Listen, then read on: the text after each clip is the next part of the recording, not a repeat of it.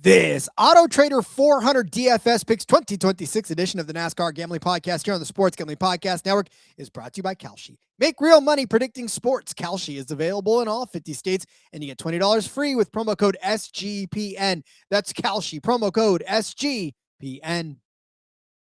Driver, start your engine!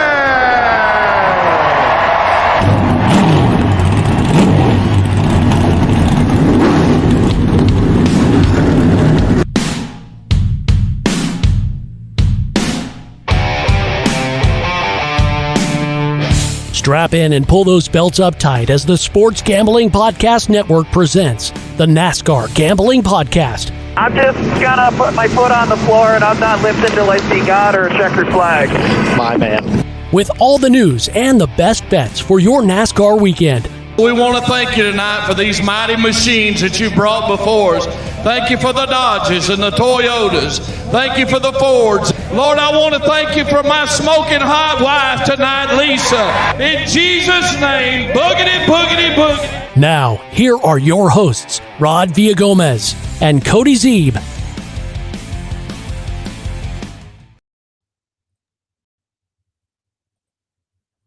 Welcome into another episode of the NASCAR Gambling Podcast here on the Sports Gambling Podcast Network. He's Cody Zeeb. I'm Rod Villagomez. Today is Thursday, which means it is DFS day in the NASCAR Gambling Podcast world.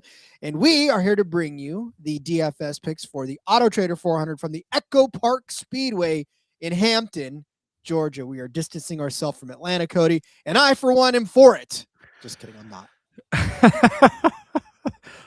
Yeah, I love Atlanta personally. They gifted us that 28-3 Super Bowl, so I'm a big fan of Atlanta, Rod. Have you ever been to Atlanta, by the way? I don't think I've been to Atlanta. I don't think so. Remind me to tell you my Atlanta story one day. It just involves us leaving at 5:00 at night from Kentucky, driving all the way down to Atlanta, going to a few choice places, and then coming home about a few hours later. It was a very long drive, but it was a lot of fun. So my Atlanta story, maybe you guys in the Discord might get to hear it too, but needless to say, it was a lot of fun. I've heard there are a lot of good choice places in Atlanta. It's well known for that, Rod. I can neither confirm nor deny the 23-year-old me's wanderings about. Frank the Tank saying, Cody, my bell worked. That's why you all should click the bell, because you'll know when we go live. See? It's that easy. It is that easy. John Little, what up, fellas? P.S. I'm going to win the winner take all contest again this weekend. Tell you what, John's a sharp. We need to get him hosting the show someday. We're going to have to stop letting him in those contests so somebody else can win. I know, right?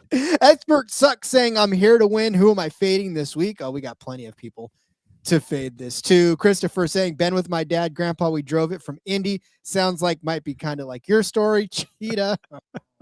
Telling you right now. There you go. Hey. Pretty something.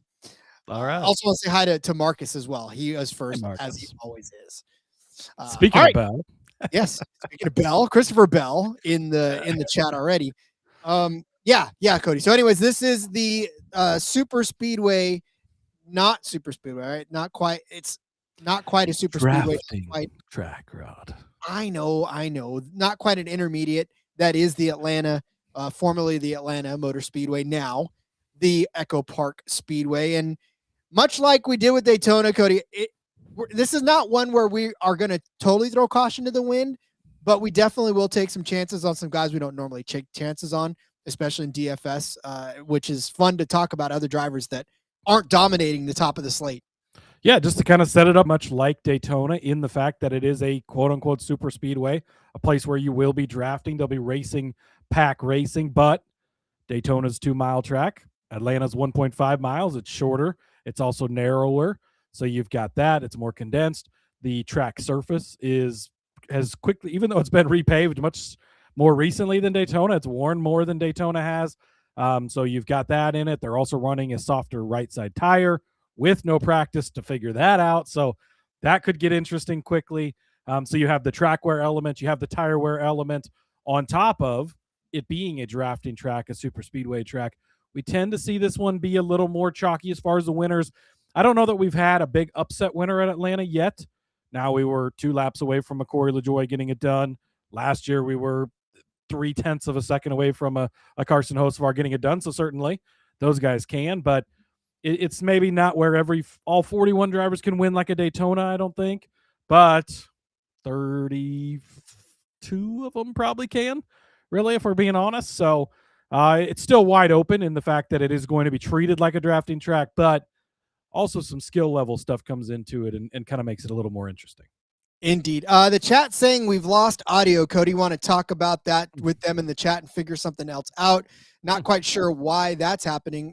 We can hear each other, and I know on the podcast, the audio podcast, it's not going to come across that way. So we will check in with folks in the chat when they can hear me. But in the meantime, I would like to tell you that if you want to listen to the audio version, which we'll never lose out on, you can get the SGPN app. It is free in your app store. Plus, it's got all of the other shows on the network and all of the podcasts and picks and all that stuff all in one easy place. James Rainwater says he can hear us. So maybe everybody else can try to figure out what's going on as we put this together. But like I said, if you can hear us if you can't hear us in the YouTube, make sure you go back and listen to the podcast. Yeah, sound off. And maybe if you can just hear Rod or you can just hear me. Expert Suck says he can't hear either of us. James can hear both of us. So I don't know. Turn it off, turn it back on. I don't know. That seems to be the tech way to go about it, right? That's what Frank says. He restarted the YouTube, and he can. So do this, people. But you can't hear what I'm saying. Go restart your YouTube and come back in. Hopefully turn it off, turn it back on again.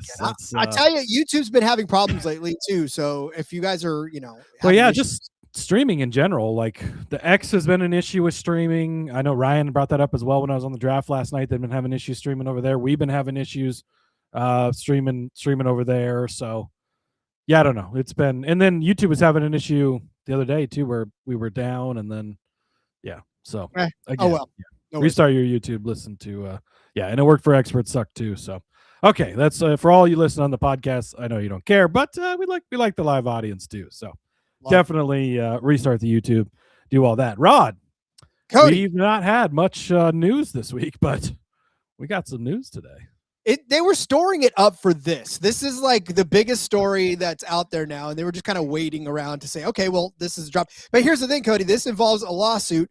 Yet another lawsuit with a Toyota. I was going to ask if you remembered a long time ago when we had that lawsuit, NASCAR versus a couple of the teams, how all that went.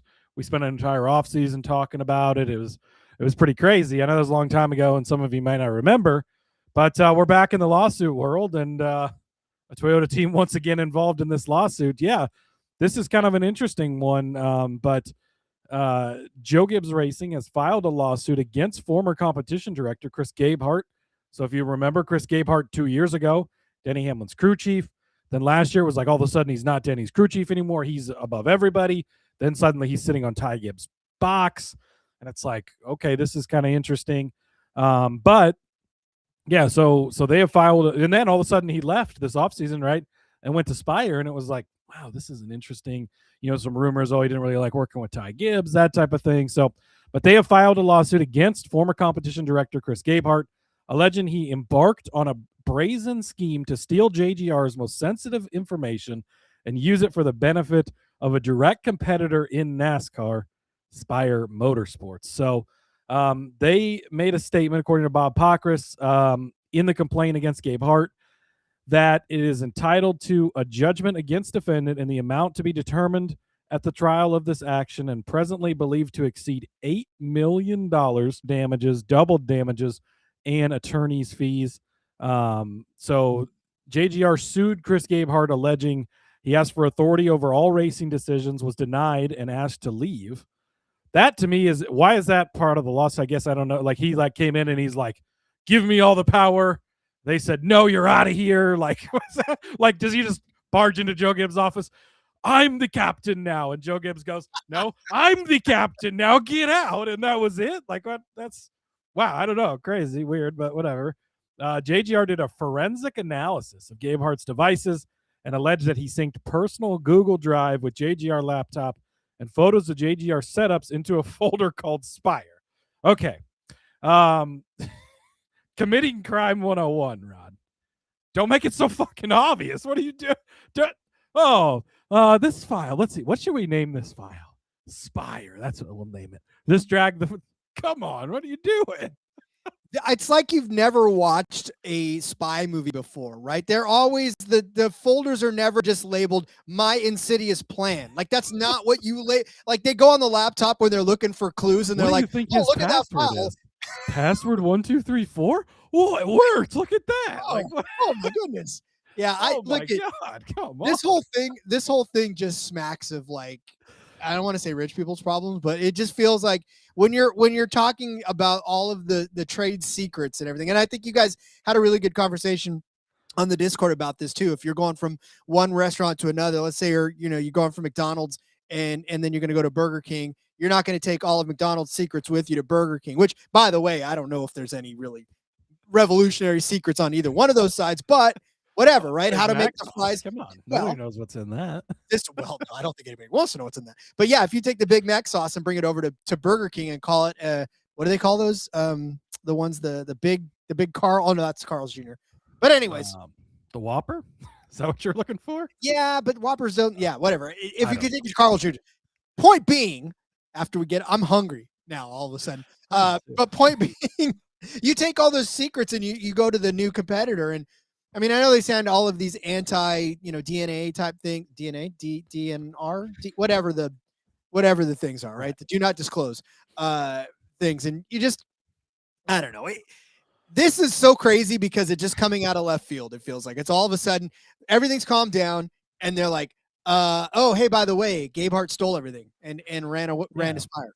Well, and it's interesting because, and this was kind of a chat or discussion in the Discord, like, obviously, if we leave SGPN today and we go do a NASCAR show somewhere else, like, we're going to bring with us the knowledge that we've gained here on how to be podcast hosts and how, like, it's not like we can just forget everything over there, right? But like, if there was some secret, there's not really any secrets here, but but maybe bad example. But if there was some, like, we can't maybe just take the name and everything just because we feel like it, unless they give us permission to or whatever.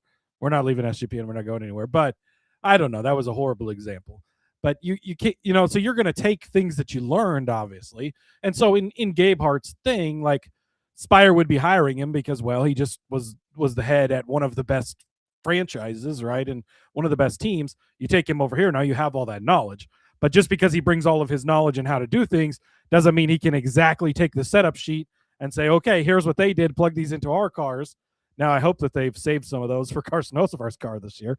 But yeah, you can't just steal the fucking setup sheets because that's part of it. So, yeah. And if he was like, it's one of those things where it's like, if you're going to do it, you should probably be pretty discreet about how you do it. Maybe syncing your personal Google Drive with a folder that says Spire, probably not the most best way to go about that. See, and that's such an unk thing to do. I'm getting with the kids. Like, my daughter just came over. That's an unk thing to do, right? To not know that everybody can see the folders that you've accessed in Google Drive when it says opened by anyone, right? You're like, oh, I'm being so secretive because it's my Google Drive. But then it's like opened by Chris Gabehart on this date, and you're like, oh, that just happened. But that's like me. That's like me taking a Dr. Seuss book, Hop on Pop, and just changing the name Jump on Chump. Right. And then I'm calling it Jump on Chump, but it's really just Hop on Pop. And like, he obviously had a contract when he was with JGR and almost for sure there's language in there about, this being our property. You can't sheets out of the building or off of our devices or whatever. And there's almost, 99% sure that's in the contract. I've not obviously seen the contract, but if it's not in the contract, like, what are we doing? And they're obviously suing, so they feel like they've got a case. But this is definitely interesting. And it's Expert Suck says, gotta say, I'm newish to NASCAR. They seem like a bunch of bitches. This is not normal. I don't know that we've had any lawsuits in NASCAR. Well, so it's crazy because, we had this big lawsuit. Obviously, there was also the was it Legacy sued Rick Ware, right, over the charter deal, and then now this. So yeah, just in the last 2-3 years we've had all these things, but prior to that I can't even think of the last time we had like an issue like this or a lawsuit type of thing in here. So I don't know. Hopefully nobody spills their coffee inside of the race car, or Hardee's has got it coming to them, Rod. They have to put on the dashboard, caution, contents of your coffee mug are hot, right inside. So that's what we're going to see when you get the in-car camera. We live in a world where you can get sued for a lot of things, but Well, be more careful if you're going to steal company secrets, I guess, would be the unofficial advice. That's the takeaway. The disclaimer: if you're going to steal corporate secrets, don't put it in a Google Drive that anybody can see. Yeah, at least name the folder not for Spire Motorsports or something. Like, that would have been the next best name. Like, not for Spire Motorsports. Then nobody would have looked at it because they would have thought, well, this isn't for Spire, right? So it's definitely not we for could have Spire. just moved on. Jesus. Speaking of moving on, let's move on. We got DFS picks to get to and have some fun. We're not entertaining this lawsuit nonsense anymore. So we'll come back with our DFS picks on the other side of this. But I want to tell you about our friends over at Kalshi. It's a real money prediction market, legal in all 50 states. Kalshi's got a ton of trading options for your favorite sports and besides sports. I'm just tripping out over that whole lawsuit thing. They got tons of other markets, including politics, entertainment. Hell, you can even trade on whether or not Gabehart's going to relabel the folder not Spire. With Kalshi, you can trade on just about anything. I'm looking right now at esports. You know I love me some good esports. The Call of Duty tournament's still going on. They're entering their Major 2 tournament qualifiers, and it's the Carolina Royal Ravens taking on the Riyadh Falcons. This one's a pretty tight one, right? So it looks like Carolina is 52 cents to the yes, 54 cents to the no. A $20 on the yes will get you $39. These are two of the top teams out there right now in the tournament, battling it out. And Carolina's pretty much just got as good as a chance as any to take this one home from Riyadh. So if you feel that way, join me on Kalshi putting stuff down on it. And if you're a new customer, you get $20 when you use promo code SGPN. Just use that $20, put it on Carolina. That's Kalshi, Kalshi, promo code SGPN. How about Rebet? We're also brought to you by Rebet. Rebet is the #1 social sports book and casino out there. It's available in 35 or more states. Look at that, one more. That's even better than 34, including Texas and California, which is my home state. Get in on the action with Rebet. Plus, get a 100% purchase match up to $100 with promo code SGPN. Rebet, promo code SGPN. You can get so degen on Rebet. That's what I love about it the most. They are just like any other book out there that is got all the stuff that I love and just climbing down into the deep tunnels of sports like I do. It's beautiful, especially this time of year. Obviously, we have racing, but otherwise, without all the football action we're used to and everything, it's nice to be able to search around for some stuff to bet on. Aussie football starting up in next month, a couple of weeks. Gotta love that as well. So lots of stuff to look forward to. Speaking of which, we're looking forward to the Autotrader 400 at the EchoPark Speedway in Hampton, Georgia. We are set for 260 laps around this 1.540 mile paved track for 400 miles of 1.5 mile super speedway drafting plate restrictor, whatever you want to call it, racing. Yep, you nailed it, Rod. Tapered spacers. I don't know what you want to call it. What does Chris Gabehart call it in his secret folder? He calls it drafting track notes, not for Spire. Jesus, we'll let it go, Chris. We're sorry. We don't necessarily mean it all, but I mean, you'll be laughing about this in 10 years when it doesn't matter anymore. So we'll just fast forward 10 years. It'll be a Dale Jr. download in 15 years. I'll go back and talk about the time he stole notes from JGR and turned Carson Hocevar into a Cup Series champion. It'll be a story. Maybe there'll even be a movie made about it, Rod. As we always do every week, we give you our favorite high price driver, our mid-tier driver, and our low price driver, our value driver as it is. And then this week, we actually do have some Underdog fantasy picks for you. The Underdog has given us some projections early in the week, and so we'll be giving you those at the end as well. So, Cody, as we start building this, obviously 260 laps, especially on this configuration, laps led will be crucial, but it's hard to peg down. Here, certainly lap sled can come into factor more because, somewhere like Daytona, we generally don't see big laps leaders. It's kind of gets shuffled around. Luckily for the boomers, or I've recently learned the term doomers out there, which I kind of like. Fuel saving, not going to be as big of a deal this weekend because of the tire wear, because of all that stuff. So I'm sure there will be some, but not maybe so obvious like Daytona.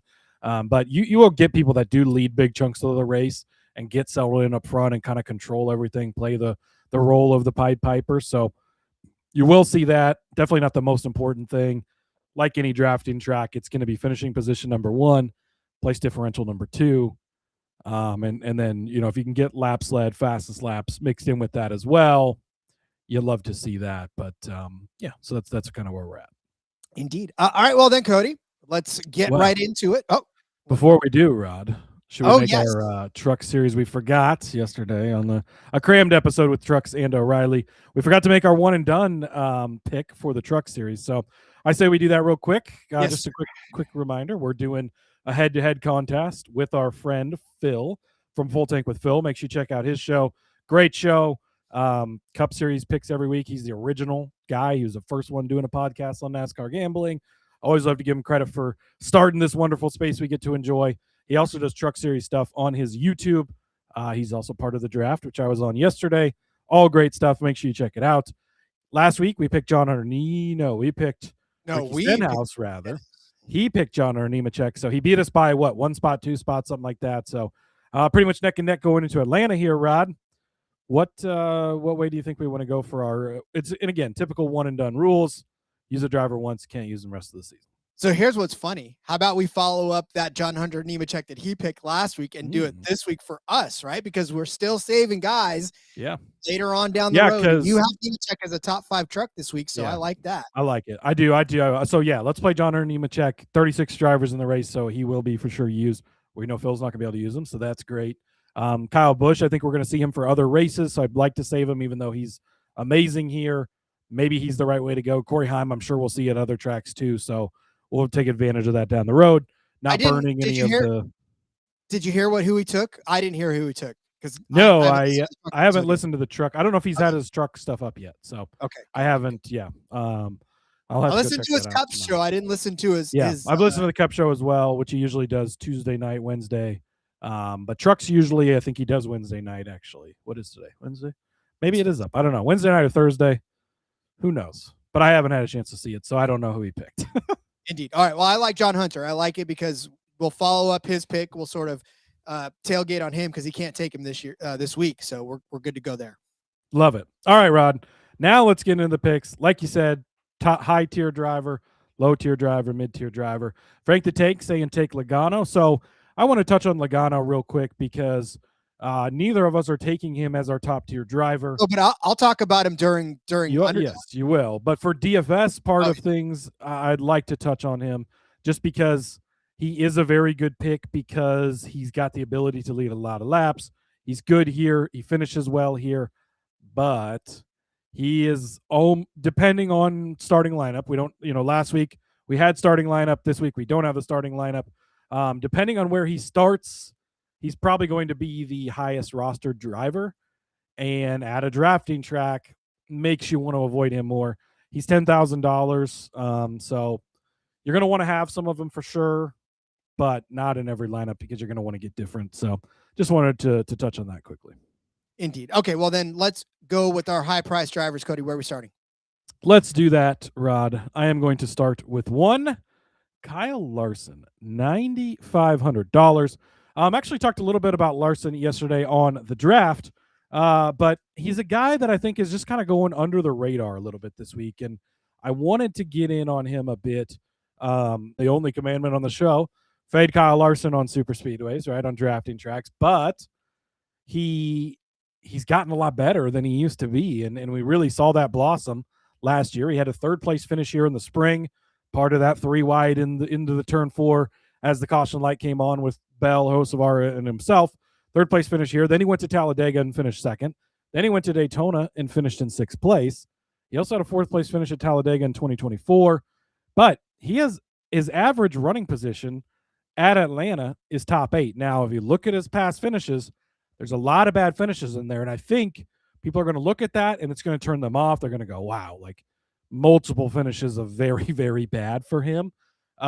So that I think will turn people off from playing him, but I think that's a good reason to play him because he's gotten better at the drafting tracks, and he was always good at the drafting tracks, right? That's what I always told you on the head-to-heads was he's going to look good throughout the race. He's going to lead laps. He's going to be up front. Couldn't avoid the chaos. Always got caught up in it.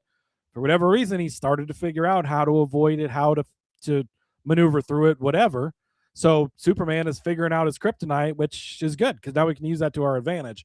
So he's always running top 8 here. The finishes have been the problem, but we saw like last spring where he got through that and got it done. So when you have Penske is going to be highly, highly popular this week. Logano, Blaney, everybody, everywhere you turn, it's all about Penske. Penske this, Penske that, Penske, Penske, Penske. So you're going to want some because they're going to be good, but a lot of people are going to have Penske. I think Kyle Larson's a great guy checking in right underneath those guys at the $9,500 price tag. That is going to be a guy that could play big for us this weekend. And so I agree with you that everybody, and because again, when you listen to a lot of the shows that we listen to, and we're on a lot of the shows that we listen to, a lot of the groupthink starts to set in, and that's why the Expert Suck is fantastic because they just like fade everybody that talks about this, and we're talking about Logano religiously, Penske religiously, and that's going to permeate through a lot of DFS lineups, and that is why it's important that you don't play every single lineup with Penske because all 3 of those guys could get taken out in one wreck and you'd be screwed. So diversification, that is the way you win in DFS a lot of times is zigging when other people zag. So with that in mind, I am going to zag or zig, however I phrased it. I don't care. I'm going to go where they're not, and I'm going to take Kyle Busch. This is a lot lower on the spectrum here at $8,800. And in fact, Expert Suck even said here to tell you can get multiple drivers above 9,500 in your lineup. Just saying, well, that's easy to do because there's only 2 drivers above 10 grand in this, and that's Ryan Blaney and Joey Logano.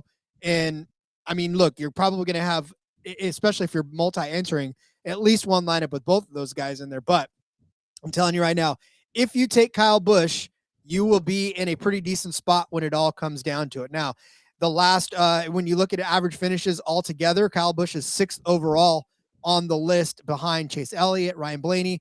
I'm not even counting Connor Zilch. So you can even toss Connor Zilch out. He's in the top 5. Allmendinger and Hocevar, and you can even toss Hocevar out because Hocevar doesn't have as many races as Kyle Busch. So 13.3 is Kyle Busch's average finish here in the next-gen era, which is, of course, coincides with the repaving. There have been a 4-race stretch of top 7 finishes for Kyle Busch before that got broken last fall with his 21st place finish. But before that, 7th in the spring of 2025, 7th in the fall of 2024, 3rd place in the spring of 2024, 5th place in the fall of 2023, and then a 10th place in the spring of 2023. So what does that mean in terms of DraftKings points for you? Well, I'll tell you, it means that the last race was an 18th place finish on the list as far as points scored, 29.45. But before that, Kyle Busch had the 10th most points scored in the DFS lineup in the spring race, 41.5. Before that, Kyle Busch had the 6th most fantasy points at 52.25, 10th most at 50 the race before that, and then the 4th most at 59 the race before that, and the 9th most at 45.9 rather in the 2023 spring race. So that is a lot to say that he has been consistently among the top scorers in DFS over the last several races, with the exception, again, like I said, of the race in the fall. But in the race in the fall, he still only got you 29 points, which is, a bad day, but it could have been a lot worse. You could have been looking at a negative point day from Kyle Busch. So for me, we saw a lot of good things. Unfortunately, he did start from the pole. I love what Phil had said in his show, where he was like, the pole was pretty much the death nail for Kyle Busch. I was listening to that and I was like, yep, that did it. Because we were on his outright last week as well. And it was like, he goes out and gets the pole, and that's just hasn't worked out well for Daytona 500 pole sitters for a while. Yeah, but I love the floor. I mean, I feel like the floor is somewhere around 40 points for Kyle Busch, and for $8,800, that's really good, because you could probably get about 50 to 60 points out of Logano or Blaney, and that would be okay. But like, you spent so much more, and you can kind of maneuver around or even fit Blaney and Logano and Busch in your lineup as well. Yeah, I love Busch this weekend. I talked about him a lot on the betting episode. I'm on his outright. He's going to have the practice out there in the Truck Series race on Saturday, which not to be discounted, because that's feeling out the track, learning the wear that it's currently sitting at in these temperatures, all that stuff. So, I love Kyle Busch this weekend. I think he's a great DFS play as well. Indeed. Okay, we get to our mid-tier drivers, but let's take a quick second to tell you officially about our friends over at Underdog. It's got you covered for pick 'em for almost every sport. Get in on Underdog and win up to 5,000 times your entry. Looking right now at the Olympics, and in the women, congratulations, by the way, to the U.S. women for winning Olympic gold and beating Canada in hockey. Now the men are going to take the set, and I'm actually going to take the Canadians, though. They're going to be playing hockey here pretty soon, and I'm going to take the Canadians on Friday. How about Nathan McKinnon? I love Nathan McKinnon because he's a Colorado Avalanche player, so I'm going to take him higher than 1.5 points in their game against Finland on Friday night. Again, like I said, the dude's a goal scorer in the NHL, so he'll be a gold scorer for Canada. Whatever, that's a dumb pun. But anyways, I like that one. Give me Nathan McKinnon. Plus, Underdog's got a brand new offer for new customers. Play just $5. Get $75 in bonus funds when you sign up with our promo code RACE, SGPN. How about our friends over at Rhythm? They have been absolutely crushing it and on a heater for college and NBA picks. Super easy to sign up, run predictions off the house model, or make your own and play with the sliders. If you're looking to go premium, use promo code SGPN25 when you download the Rhythm app for 25% off of your first month. Download Rhythm, use promo code SGPN25. Want to give a quick shout out to our buddies over at Win the Race, Ryan and Greg, doing the Lord's work, run-in simulations for you, helping you pick your DFS lineups, giving you fair market value for all of those favorite plays, and having Cody on as a guest for their show, The Draft, which you got to go check out. It is on Spotify or wherever you get your favorite podcasts. Those guys are amazing. Go sign up at wintherace.info. Thank me later. That was a lot of fun. I've been a listener of the draft for a while, but first time going on and doing it.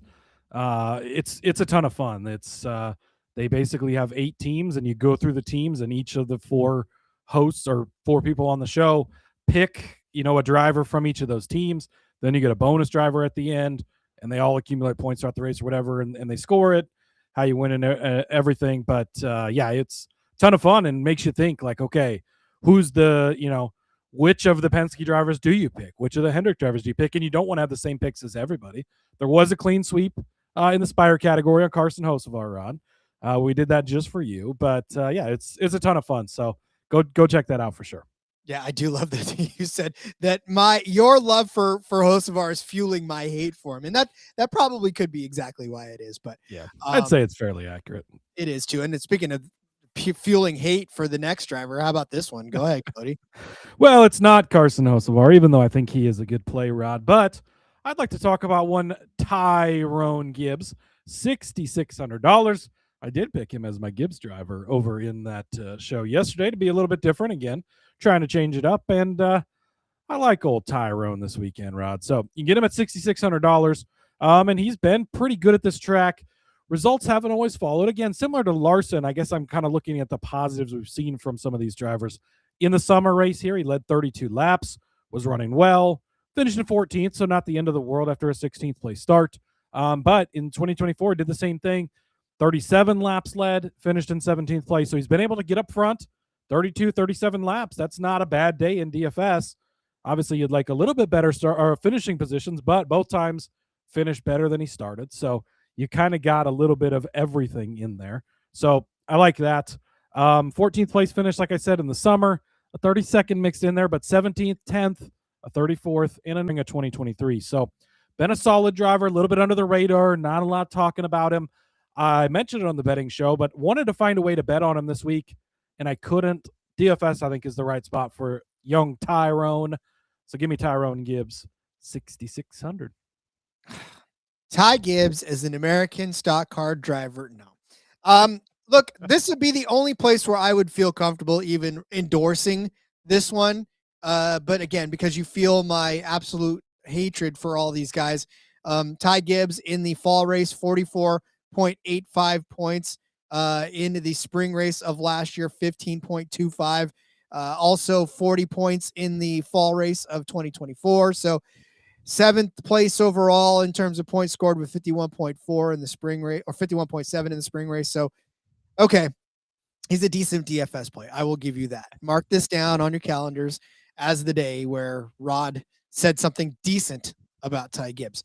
All right, let's turn attention to my mid-tier driver. $7,500 for one Ricky Stenhouse Jr. I feel way more comfortable giving out Ricky Stenhouse Jr. on this track than I do Ty Gibbs, because Ricky Stenhouse Jr. has an average finish of 15th overall, which is 9th best in terms of the drivers active right now. And of course, like we said, Connor Zilic only has one start. You can kind of toss him out. AJ Allmendinger, you can count him, but Carson Hocevar, same difference. Like, really, he should be about 6th or 7th overall in terms of average finish. And for Ricky Stenhouse, man, the guy finished with the most fantasy points in the entire field in the fall last year, 74.65. He started 37th, finished 6th, had 12 fastest laps, and led a lap as well.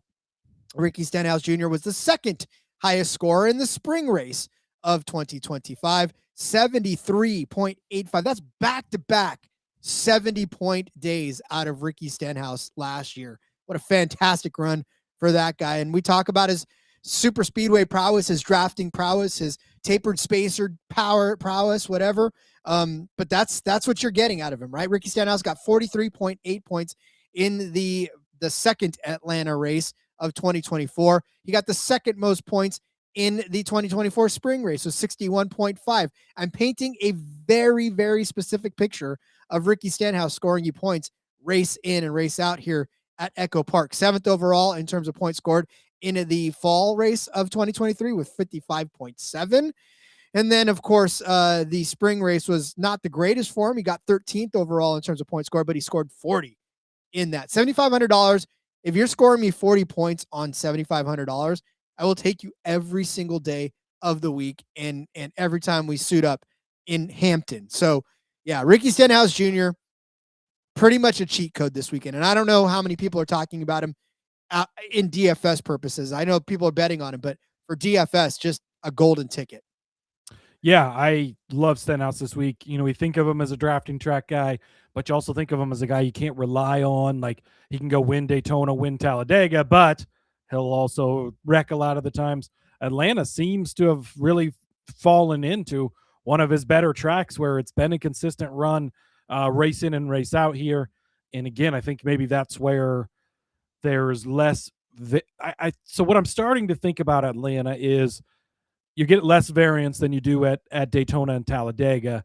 And the actual guys who are really good at drafting and good at running in the pack end up doing better. They're still wrecks, still get caught up in stuff. Ryan Blaney finished 40th here, one of the races last year. Like, still happens. There is that. But I think more so we see the cream of the drafting drivers rise to the top and less of the random chaos of a BJ McLeod getting a top 10 because everybody just wrecked out.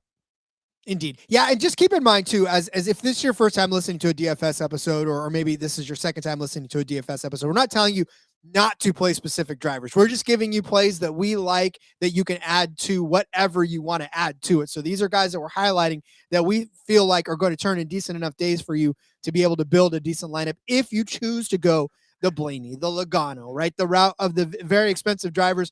We tend to like to give you options. You know, you can drive the Ferrari, but let's go ahead and put you in a nice Chevy coupe, right? And then if you really want the just bottom of the barrel, we'll give you that as well. So it's all about your preference, right? It is all about your preference. I got to say, I've been loving the Spotify comments lately, so keep them coming. They have been great. We had somebody comment earlier. I was going to pull it up here quick. Ross Anderson's sales job based on how you sold the Corey Day top 5 bet yesterday, Rod. So I gotta go back and listen to how I did that. well, you started it out with I think it was Corey Day top 5, 8-1. This probably isn't going to happen. Oh, and then you so it was I'm going to be upfront with you. This isn't a great car, but it'll probably get you where you're going. And there's a possibility that it could be good. And so it's just it was a great sales job. So keep the Spotify comments coming because you guys have been on a roll here lately. We love the feedback. Another great way to interact with us. This is why I lasted exactly 2 weeks in radio sales, because once I got there and I was like, hey guys, this is great for your business. And they're like, what is it? And I'm like, I don't know. You're going to advertise. They're like, somebody may hear you at midnight on a Saturday night when they're drunk. That's where we're going with this, buddy. We love it, but yeah, absolutely. But to further your point real quick. These are the guys we like. We're highlighting. If Ricky Stenhouse goes out and starts in the pole this week, you're probably not going to want to play him because there's just not very much upside left in him. And so we don't know starting spots like we did last week with Daytona. That certainly changes things a little bit. But guys highlight, right? So now okay, Ricky Stenhouse, let's keep an eye on him. Let's see where he starts. How can we use this? Where is he good to plug in and play? Don't put him in every lineup because you shouldn't have anybody in every lineup at this type of track. But good plays to note along the way. Indeed. All right. Well, we're here to save you money as well, so you can fit all those expensive guys in there. So who are our value drivers this week? Well, you know how much I love Riley Herbst, Rod, and he paid off well for us last week.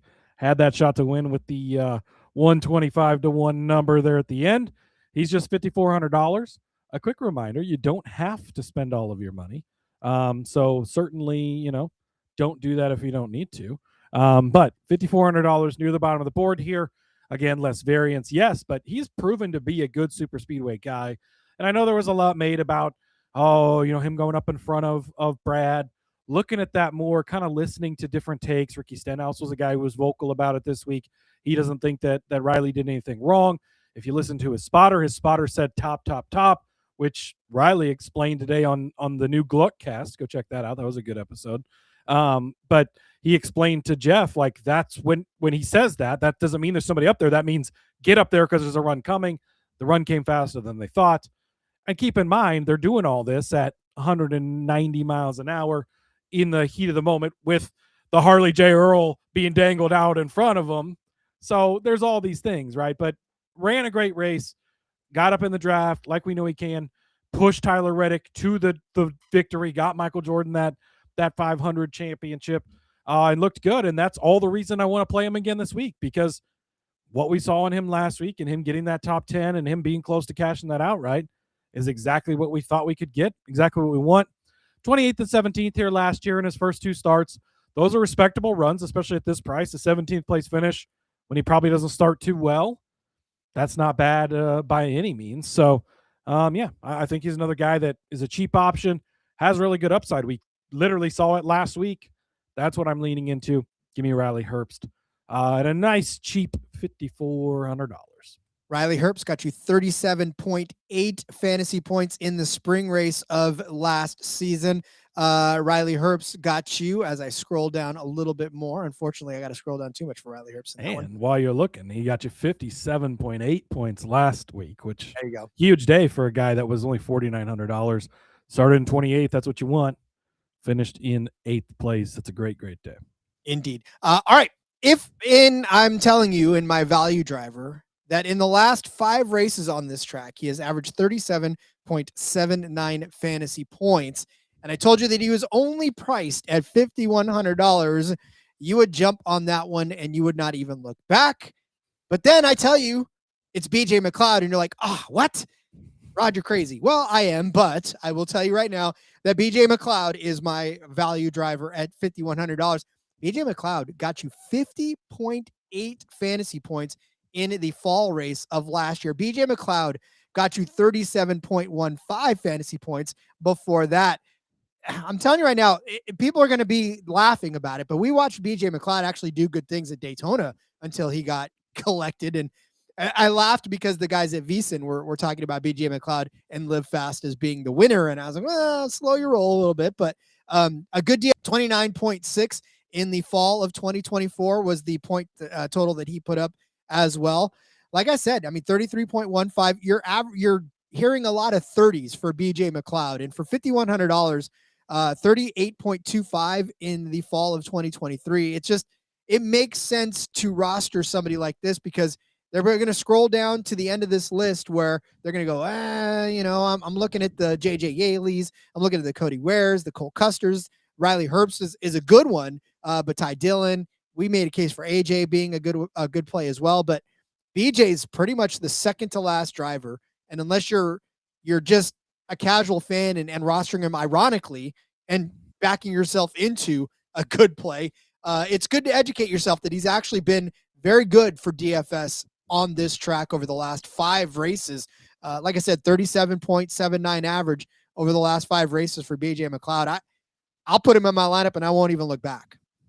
Yeah, I like this. And I think a lot of people are going to be scared because we saw on lap 8 a park failure last week. So it's like, oh, BJ McLeod, here he is again. But I think this team is good enough that they're going to figure it out. I mean, they know what they're doing. They've been around a long time. They've got experienced people in there. He runs these races because they've got a shot to do something. And if you do get the chaotic race, we saw a good amount of chaos last week at Daytona. While it was only a couple of wrecks, the wrecks were big. They were huge. BJ didn't have an opportunity to capitalize because of the early parts failure. And so unfortunately finished in last and didn't do much for you. But he's not going to start well so actually a couple of things in this. They may end up setting the field by the metric based on the weather forecast. So we'll see. Weather is crazy, Rod, by the way. 75 degrees here 2 days ago. We set record highs. There is at least 6 inches of snow, and it's still coming down right now. I just got done shoveling my driveway for the first of multiple times before the show here. But weather's crazy, so who knows what the hell is going to happen. But if it does rain, we might end up sitting by the metric, which means he's going to start dead last. Beautiful. Not going to lose you points. Can only gain you points. And if he just does his thing, hangs out up back, people take each other out. Daytona, we saw some wrecks and some avoidance and there's not as much room in Atlanta. If you get spun out, if you get bottled up, you're going into the wall quicker, especially if you spin to the infield, and it's going to tear stuff up quicker. So, yeah, BJ, I think, is a guy that people aren't going to need to put in because they're going to save money elsewhere and you don't have to spend all your budget, but they're going to avoid because of last week, but you shouldn't avoid because of last week. So I really like this play.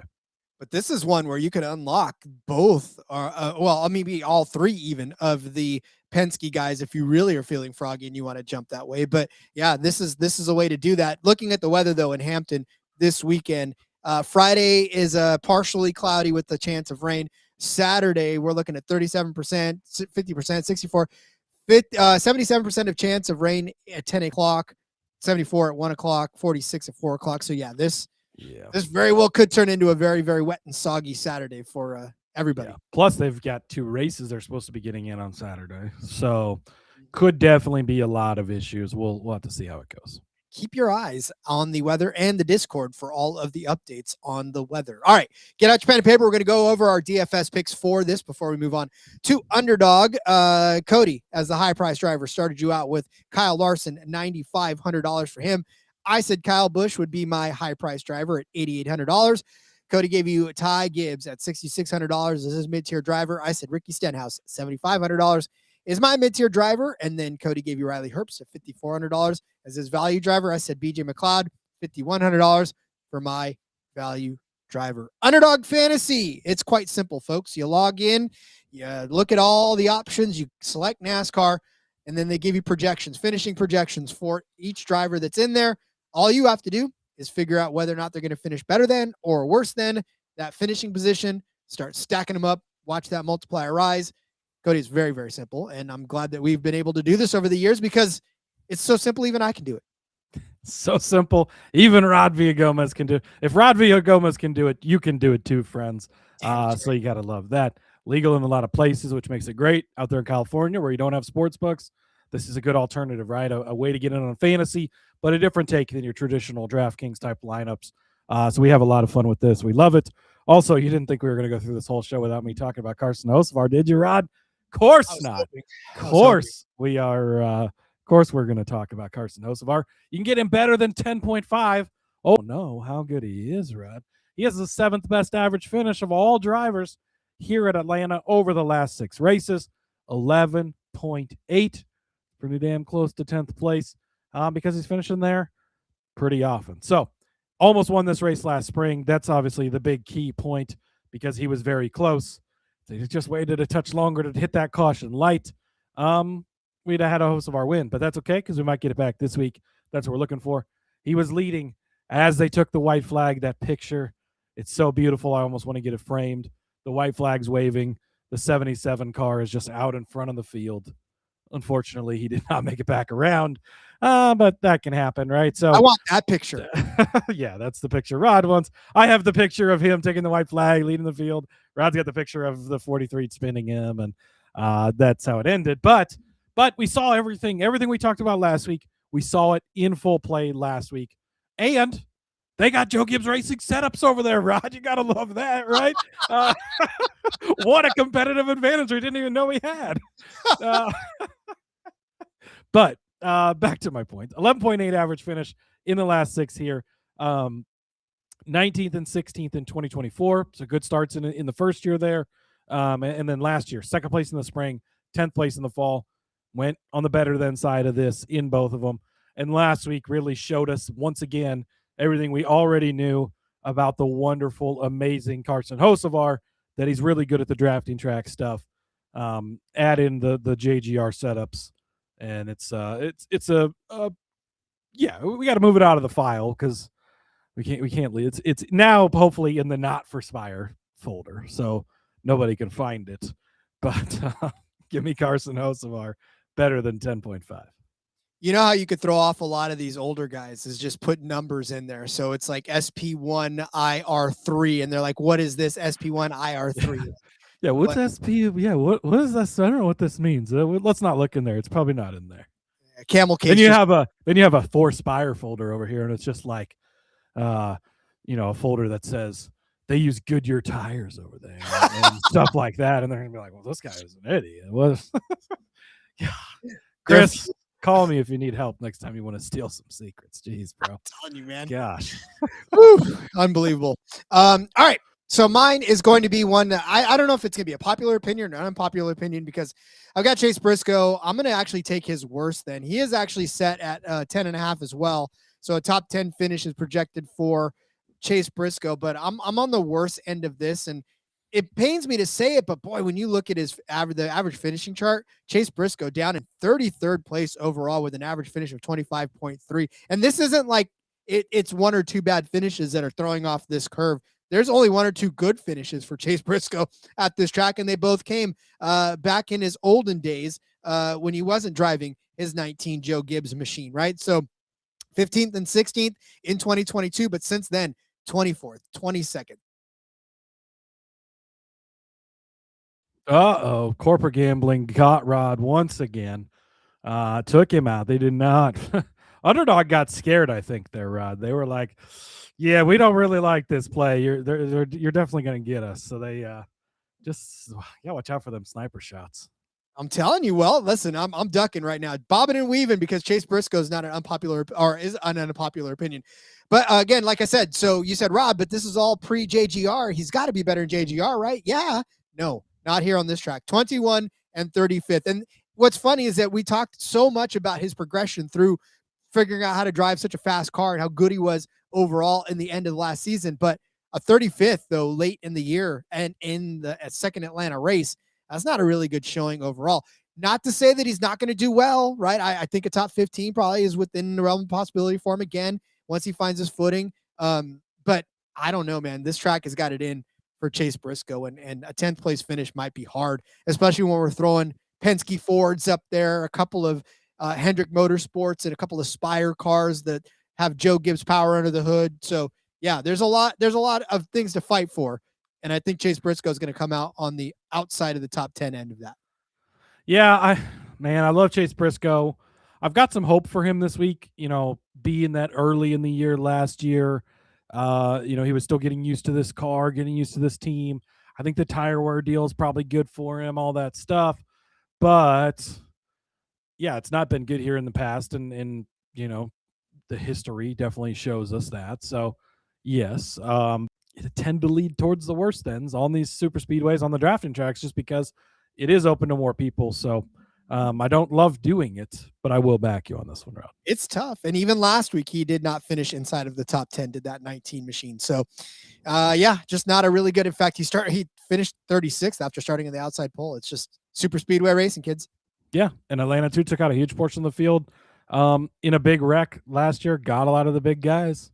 That could happen again and easily slide a guy like Briscoe outside of the top 10. So I will back you there, Rod. I don't love to do it again, but I'm going to take Tyler Reddick worse than 10.5. A little trend that our buddy Phil over there, Full Tank with Phil, turned me on to between yesterday's show and his show is that of Daytona 500 winners in the subsequent race. It's not been good for them. After winning the 500, you have the high of that. You're spending all week doing all the media, going to New York, going all these places, Disney World, whatever it is.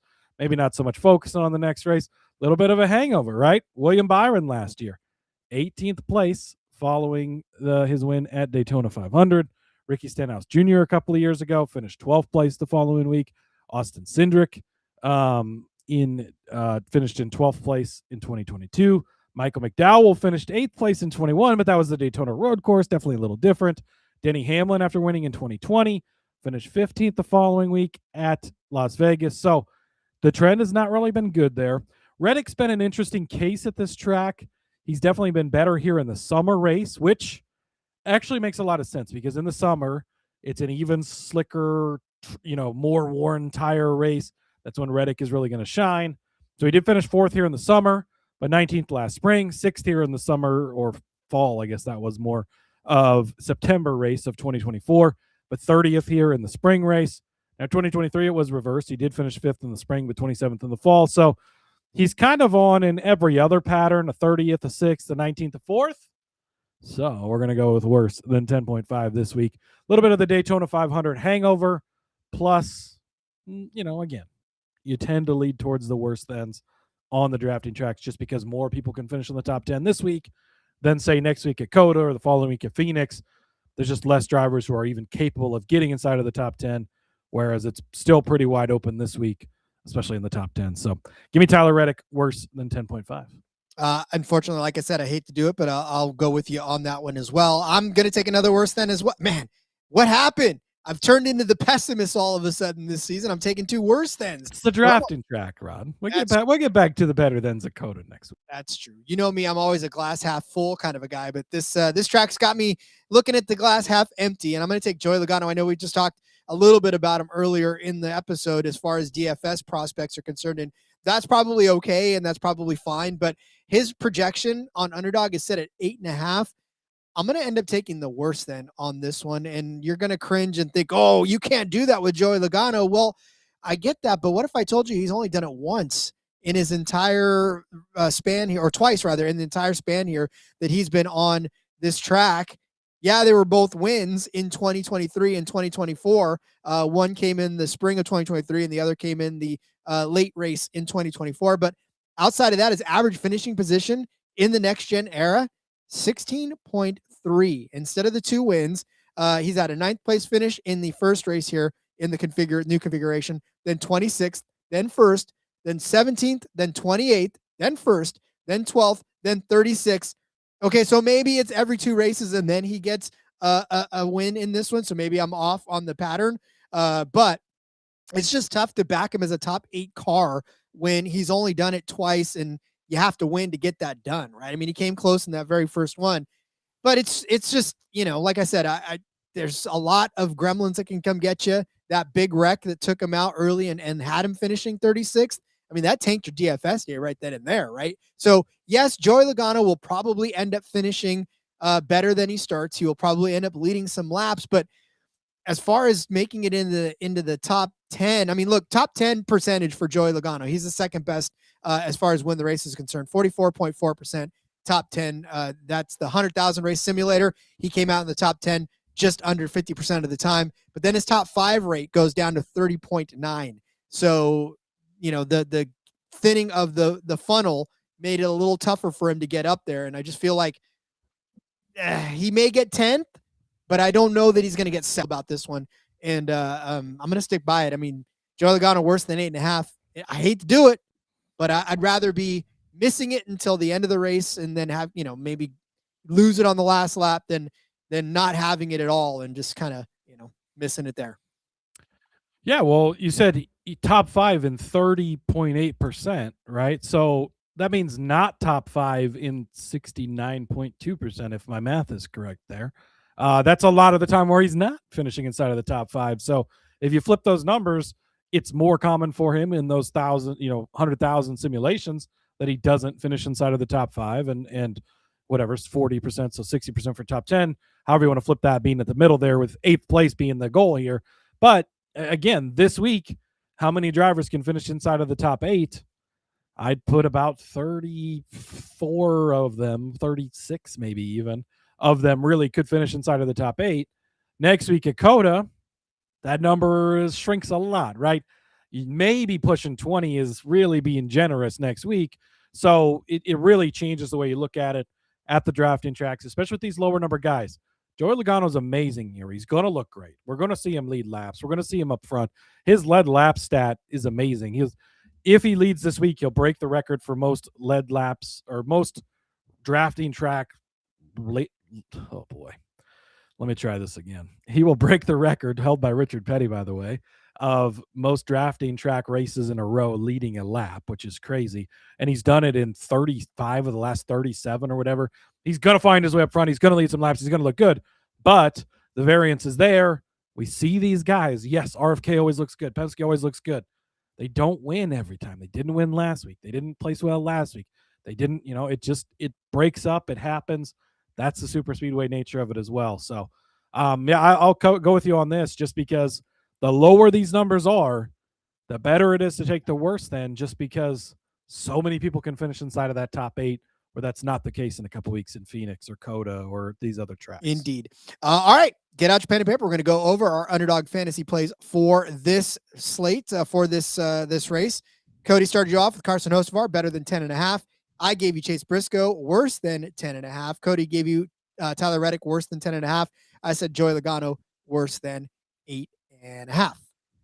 That is it, my friend. We have come to the end of our week. So exciting. And look, I'm glad we have underdog projections back this early in the week. It's always a blast to go over those because for those of you who aren't in gambling states or DFS states or whatever, underdog's usually a very good option for that. Yeah, and it's a ton of fun. Go build some lineups over there, have a good time. You can get in some of those long shot things at the top manufacturers. Those are always fun, or throw a lot in there to get that big multiplier. Chase the fun prizes. You know how much I love doing that. It's a great time. Also, not to continue to keep banging the drum for win the race, but I got to tell you, that 100,000 race simulator it's just coming clutch. It makes me look at things a whole lot differently than I've ever looked at it before, and it just has opened up a whole different perspective on giving you guys advice. So I'm so glad we're partnered up with these guys. I'd never done where like you had these lineup generators and stuff so you can max enter or whatever. But I did some last week just to try it out, even on some of the 20 entries or whatever, and it's pretty freaking cool. You can adjust the percentages, how much you want guys, or I want an anchor guy or a lock guy, this type of thing and that type of thing. And I'm really looking forward to it when we get to the more quote unquote normal tracks, right, where there's the less variance and crazy stuff, because I think it's really going to pay off there. But it's a ton of fun. If you're looking to get, further into the DFS game with stuff like that, all of these simulations and angles and stuff, great place. Make sure you check out Win the Race. King checking in, says I'm late, taking Suarez for my one and done. He's a great play this week. We talked about him on the betting episode. Talked about your guy Ty Gibbs a little bit there too earlier on today, King. James as well. Great to see you, James. James just discovered the show recently. Welcome him to the family.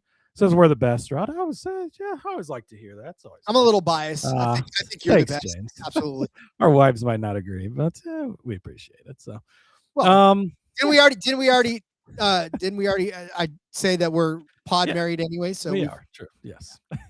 All right, let's get out of here, Okay. Cody, before our real wives decide they want to leave us. Yeah, that's probably a good idea. Okay, well, Rod, next time we're on recap show, live recap, going to be a lot of fun. Once again, make sure, like our buddy Frank, head over to the YouTube, click the bell. You'll notified when we're live. Who knows when we get the race in, what time? But we'll be taking your calls live once again. It's going to be a ton of fun. It's a lot of fun having that reaction to the thing. So, love it. All right, Rod, let's get out of here. Follow me over on the X at @Husker_Zeeb. You can find all my stuff over there. Got some NFL stuff in the works, a little off-season stuff, some draft stuff. Check it out. Appreciate it. We'll see you guys later. Indeed. Follow me on Twitter at RJ Villagomez. You can find everything that I am up to over there, which isn't much lately outside of this and maybe sleeping and yelling at things. But whatever, it's there. If you want to follow me, have some fun, and we'll talk together. But yes, we'll talk to you next, and we'll break down this EchoPark Speedway race and give all of the bets and your reactions and all the fun that we've come to know from this recap show. So, all right, ladies and gentlemen, until then, join us on our never-ending quest to make NASCAR betting fun again. Let's go racing and let it ride.